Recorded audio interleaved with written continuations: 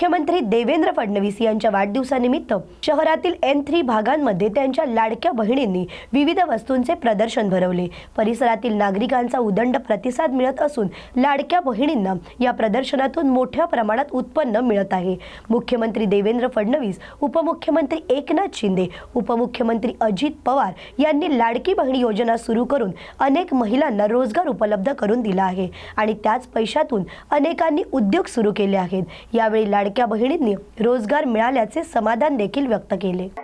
माननीय मुख्यमंत्री श्री देवेंद्रजी फडणवीस देवाभाऊ यांच्या वाढदिवसानिमित्त आपण महिला आर्थिक सक्षमीकरणासाठी हे सगळे बचत गट उत्पादने महिलांचे जे आहेत वस्तू त्या विक्री प्रदर्शन इथे लावलेलं आहे आणि या माध्यमातून महिला आर्थिक सक्षम झाल्या पाहिजे।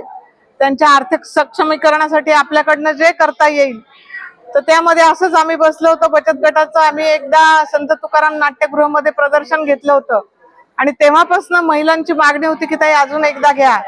म्हणजे सांगायला खूप दुःखही होतं आणि आनंद होतो की आम्हाला ही जागा कमी पडली, थोडंसं आम्ही कमी पडलो असं आम्हाला वाटायला लागलं। एवढे बचत गट आणि एवढ्या महिला वापस गेल्या आणि खरोखर खूप चांगला प्रतिसाद या भागामध्ये मिळाला। 18, 19, 20 असं 3 दिवस हे प्रदर्शन होतं। आज याचा समारोप आहे। याचं उद्घाटन माननीय डॉक्टर भागवतजी कराड यांच्या हस्ते झालं। काल सावे साहेबांनी भेट देऊन खरेदी केली। आज समारोप आहे।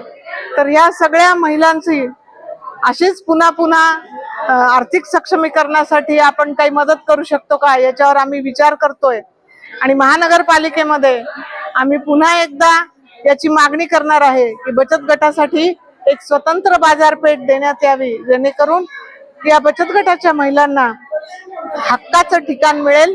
कारण त्यांना असे इकडे तिकडे जाऊन स्टॉल लावणं तर हा एक नेहमीचा भाग आहे, पण एक हक्काचं ठिकाण मिळण्यासाठी आम्ही नक्कीच प्रयत्न करू असं वाटतं। आणि देवाभाऊंच्या पुढच्या वाढदिवसाच्या आधी मला असं वाटतं आम्ही हा जो संकल्प केलाय तो नक्कीच पूर्ण होईल याची आम्हाला खात्री आहे। पुन्हा एकदा देवाभाऊंना वाढदिवसाच्या हार्दिक शुभेच्छा। गणेश मूर्तींचे माहेरघर समजल्या जाणाऱ्या आणि जगप्रसिद्ध गणेश मूर्ती असणाऱ्या पेण तालुक्यातील हमरापूर येथील गणेश नगरीत राज्याचे सांस्कृतिक मंत्री तसेच रायगड जिल्ह्याचे संपर्क मंत्री आशिष शेलार यांचा जिल्ह्यातील समस्त गणेश मूर्तिकारांच्या वतीने भव्य सत्कार करण्यात आला। पर्यावरणाचा विचार करता POP गणेश मूर्तींवर केंद्र सरकारने बंदी आणली होती, मात्र गणेश मूर्तिकारांची बाजू ठामपणे मांडून POPच्या मूर्तींवर आणलेली बंदी शिथिल केली। यामुळे आज त्यांचा जाहीर सत्कार गणेश मूर्तिकारांच्या वतीने करण्यात आला। आज आम्हाला घातली त्यातला याच रस्त्यावर चालण्याची ऊर्जा आम्हाला मिळाली आणि ती ऊर्जा देऊन हे मोदीजींचं सरकार, देवेंद्रजींचं सरकार, एकनाथ शिंदेजींचं सरकार, अजितदादा पवारांचं सरकार, हे तुमचं सरकार या मराठी माणसाच्या हिंदू सणाच्या बरोबर आहे।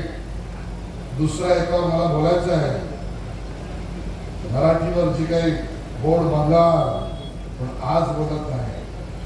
आज पहिला या जिल्ह्यातल्या माणसाचा प्रश्न त्याचा नंतर होतो, त्याने जरा भूमिका अजून स्पष्ट तर करू दे की पहिलं 3 आहे की पहिलं 12 आहे, मग त्यांच्यावर बोलू। आणि म्हणून तुम्हा सगळ्यांनी दिलेलं प्रेम, आशीर्वाद आणि मायाची शान या गणेशोत्सवाला जगभरातला मोठा उत्सव केल्याशिवाय आम्ही राहणार नाही एवढं सांगून थांबतो। जय हिंद, जय महाराष्ट्र।